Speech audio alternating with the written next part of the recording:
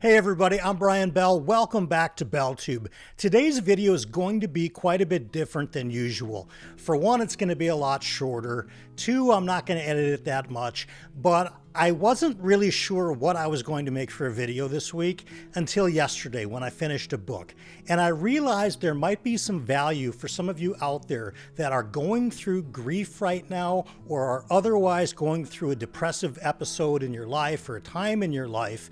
And these are mainly kind of roadblocks in reading that I think might best be avoided while you're going through that period. Stick with me, this will make some sense here in a minute, because normally I'm curating books that I think you guys are gonna love. And of the 5 books on this list today, I actually really like 4 of them. The 5th one I didn't like at all, and we'll get to that. And it's a little bit of a different reason why. Just to sort of preface this, I'm not going to run the intro today. It's not that kind of a let's go on an adventure type of a video. This is really more for people to avoid what I just experienced this week. 6 months ago, I experienced by far the biggest loss of my entire life. My mom passed away very unexpectedly. And if you know me at all, and even if you don't, my mom was for sure the closest person that I had in my life. And so these last 6 months for me have been exceptionally hard. I've dealt with grief before, I've lost friends before, I've lost family before, but nothing quite as devastating as losing my mom. And I know a lot of us, have ups and downs in life. That's just very normal, and we seek fiction many times, at least I know that I do, to escape from our everyday problems and to find some fun in the books that we're reading. Go on an adventure. Think about something else for a little while. Well, I just finished, I'm going to just start the video right now, that I just finished this book, Toll the Hounds, which is book 8 in the Malazan Book of the Fallen by Steven Erikson. And this is going to be the first book today that I recommend not reading when you're depressed. And I'm using depressed as kind of a big umbrella. It could be a lot of things. But I wanted to talk about this book first because it's recently on my mind. Like I said, I just finished it yesterday. It's just under 400,000 words, right? So I know this is very situational for a lot of you when we're talking about a book 8 in a series. But maybe you'll come back to this video when you're reading Malazan and decide when the timing is right for you, because that's really what this video is going to be about today. I'm going to set this thing down because it's a brick. But what you should need to know about, or what you should know about Toll the Hounds, and this is something that I found out yesterday, is that the author Steven Erikson wrote this while he was grieving the loss of his father. And I did not know that going in. Had I known that going in, I would have definitely waited to read Toll the Hounds. Because while I really did like the book, and yeah, I mean, you Malazan fans and I'm sure we'll chat in the comments or we'll talk on other videos about the level of confusion of Toll the Hounds, because I actually found it the most confusing of all the first, 8 books in the main series. But more than that, this really feels like a treatise on grief. It's like a very long 400,000 word essay on grief. And it's not really from a 10,000 foot view looking down. You're really right into it, and I didn't expect it. And when I go to Malazan or when I go to any fantasy or sci-fi series, I'm wanting to get out of the problems of the day. And I really couldn't have picked a tougher book for me personally with what's happened in my life this year to read than Toll the Hounds. Do characters die? Yeah, characters die in every Malazan book. Spoilers, and by the way, there's not going to be any spoilers at all in this video. But yeah, I mean, it's not a spoiler to say that Steven Erikson is not afraid to kill off characters. Read the first quarter of probably Gardens of the Moon and someone probably dies. It's not that somebody dies. It's not that a lot of people die. It's about the process of grief and Erikson's deep dive into it. And when I realized what was going on, I was already a couple 100,000 words into this book. And the dramatis personae in this book is really long. There's tons of named characters, and I had a choice to make. Do I want to power through this and finish the book, or do I want to set it down and, you know, come back to it another time. I elected to continue reading the book. A couple of reasons. One, I didn't want to have to restart a couple 100,000 words of this book. And two, I didn't think that what was hitting me weird would maybe continue. Maybe it would end happily. I was not correct. It's not a spoiler to say that Toll the Hounds kind of has this grief theme from start to finish. So I would say Malazan is certainly one of my top favorite series ever. And since I'm so new to it, I just started reading it really last year. It's never been on my top 10 fantasy of all time list, but it's going to be the next time that I make one. In fact, it might be at the top. We'll see. But I just wanted to say that if you are going through a depressive period in your life, if you are dealing with grief, put off Toll the Hounds for a while, because it's going to draw you in more, and it's going to force feelings out of you that maybe you're directly going into the book to take a temporary getaway from. Those feelings are already kind of here and everywhere around me. I don't need it in the book. I think enough said on Toll the Hounds. Let's get to the next one. Now, this book actually comes from my aforementioned top 10 favorite fantasy series of all time. And the series is Realm of the Elderlings, and it might get replaced by Malazan, we'll see. But the book itself is Fool's Errand, and this is in the Tawny Man trilogy. And again, I'm not going to do any spoilers here, but Robin Hobb is just an incredible writer, and she can write the ups and the downs and the average and all of those kind of emotions that we as human beings go through. But Fool's Errand has a significant theme of loss and despair. And what do we do now? And I think that if I was going through what I'm going through now, IRL, back when I read Fool's Errand, I think it would have crushed me. I think it would have crushed me very hard. So again, I can't spoil anything for you guys. And I know Tawny Man trilogy is the third, set of trilogies in the overall Realm of the Elderlings. So the timing of this particular forewarning may not be for you right now, but it might be for you later. It's just something to think about. Again, how bad could it really be when I have Realm of the Elderlings sitting atop my all-time list? It's not bad. None of these books, with maybe the exception of the final book, I would consider bad. As a matter of fact, Fool's Errand, I absolutely love the book. I'm just really glad that when I read it in the first place, I wasn't going through what I happen to be going through now. The next book that I want to share with you, and this is a common theme, and I've had other booktuber friends agree with me on this. I'll maybe link their videos. I don't want to call anybody out here.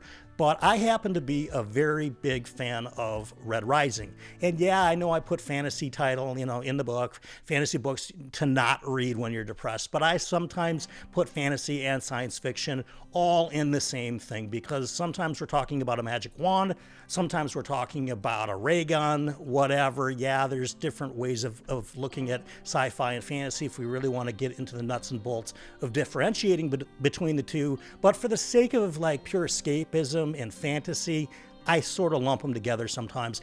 And Red Rising happens to be one of my favorite science fiction series. But this book, Dark Age by Pierce Brown, which I believe is book 5. I think it's book 2 in the second set of his books.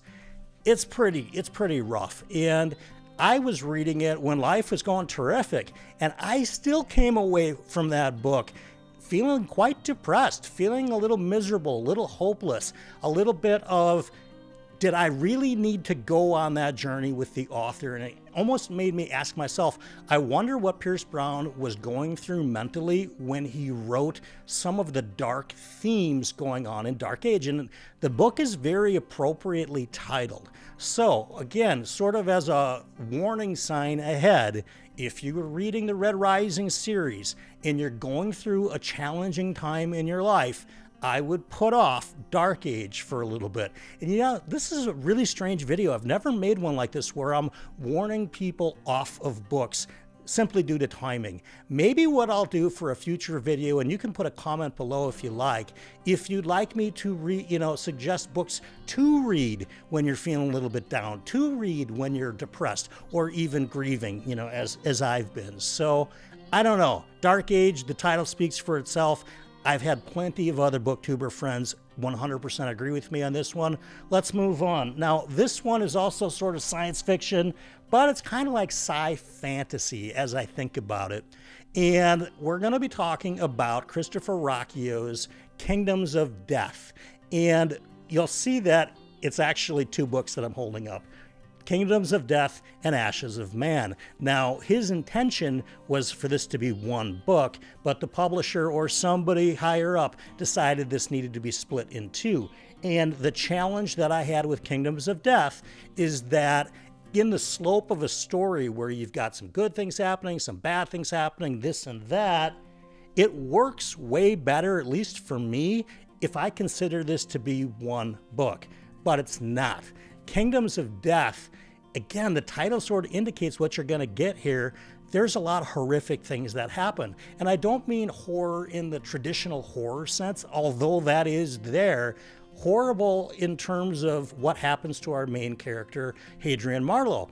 He really, really goes through it in Kingdoms of Death. And again, the point of this video, when should you read some books? If you're really going through it right now, it might not be the best time to read about a main character who's experiencing the worst thing that he's ever had happen in his centuries of life, right? So again, that's why I put Kingdoms of Death there. Had the book initially been treated the way that Christopher Ruocchio intended them to be, where Ashes of Man is really kind of part two, I don't think the book would have made this list, because I think enough positive stuff would have happened in Ashes of Man to round out the whole sort of awfulness that happens to our character here in Kingdoms of Death. What's next? We've got one more book to talk about, and then I'm going to give you a one for the road, and then I'll let you out of here, because I know this is a strange video, and it's weird. Sometimes the algorithm at YouTube picks up videos that I don't intend for them to go, very widespread,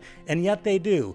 This is really more of an intimate video for me and for the regular viewers of the channel. If the algorithm happens to pick it up, terrific. If it doesn't, I don't care. The fifth book I want to share with you today, I don't have a physical copy, kind of like I didn't with Fool's Errand. I'll show you the graphic right here. And this is Stephen King's Song of Susanna. Now, this is a little bit different. When I said that there was 4 books on here that I really liked and one that I didn't, this is the one that I didn't. And the reasons are plenty. I could probably make an entire video on Song of Susanna, but in my particular case, again, The Dark Tower has remained in my top 10 fantasy series since I started thinking up top 10 lists, far longer than the couple of years that I've been on BookTube. And I'm not one of the people that was reading these as they came out.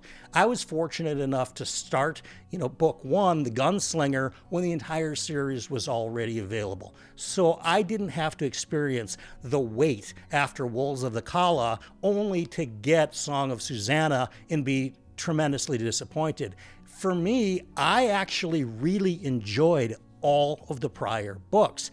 As a matter of fact, as I think about it, Wolves of the Kala, as I was reading them, and maybe now not so much in retrospect, but as I was reading them, book 5 was my favorite of the Dark Tower. And you don't hear that very often, where people say Wolves of the Kala is their favorite, Dark Tower book. For me at the time it was. And so when I got into Song of Susanna, it was just so incredibly different and dark. And from what I understand, Stephen King had just had a big accident. He wasn't sure if he was going to live or die, wanted to finish the series out. But it took so many sideways turns that I found myself hugely disappointed that I could absolutely love the first 5 books the way that I did, and then this book 6 comes along and it was just a train wreck for all kinds of reasons. Breaking of the fourth wall was a big one.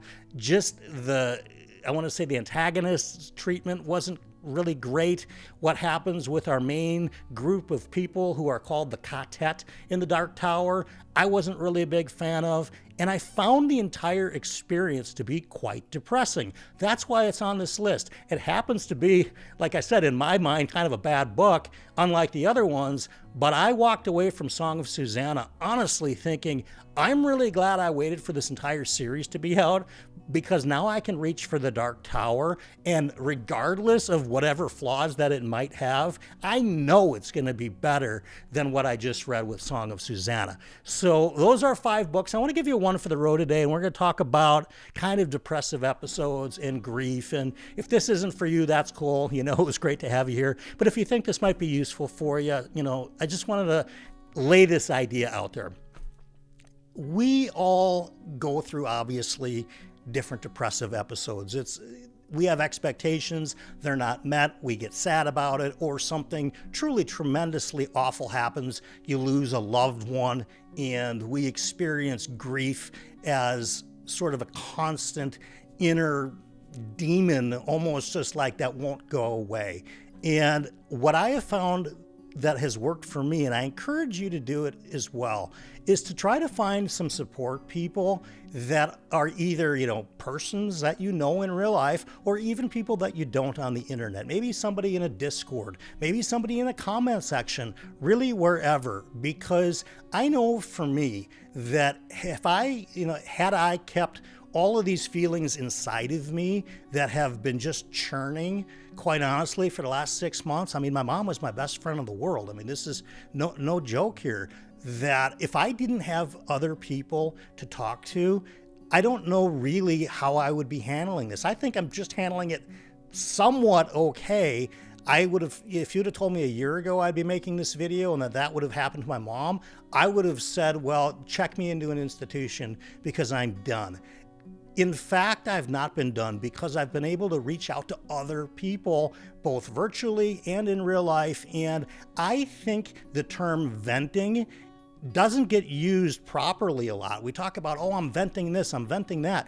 But in this case, what we're venting is actually internal pressure that needs to be vented. There is probably a physiological and there's definitely a psychological need to vent. You cannot keep that pressure inside and expect for something not to break. You've got to have a means of letting that steam out. And so what I would encourage everybody to do for the one for the road today is just remember, when you're going through tough times, and we all are, try to find other people that you feel like, you know, you're somewhat like-minded with. And if you're somebody that really spends most of their time online, then do it in a Discord, do it in a comment section. Heck, if you don't have anybody else to talk to, leave me a comment, I'll talk to you. It's just really important to do. I'm a very big believer in mental health. I'm a very big believer in trying to, you know, we talk about accomplishing things all the time on this channel, but I'm also a big believer of accepting what's real. And grief is real, and depressive episodes are real. So if this list can help you kind of navigate maybe when to read some of these books, terrific. If you've got books that you know kind of did for you what I'm talking about with these books, please do leave them in the comments, because I haven't read everything. I'm sure you've come across some books that you say, I'm glad I didn't read this when I was going through blank, because it would have wrecked me. Leave those in the comments. Let's help each other out as a community. Again, this is a really strange video. I don't expect I'll make a whole lot more like these, but again, because I just finished Toll the Hounds, I wanted to make something that I felt was real. I wanted to make something that I felt might be of value to you either today or down the road when something inevitable happens. And even if these 5 books you don't even care about, know that you've got somebody over on the other end of this camera that cares about you, that wants you to get through the tough parts in life so you can experience the best ones. That's what I've got for you guys. Try to stay as positive as you can. And of course, like we always do, here's your fortune.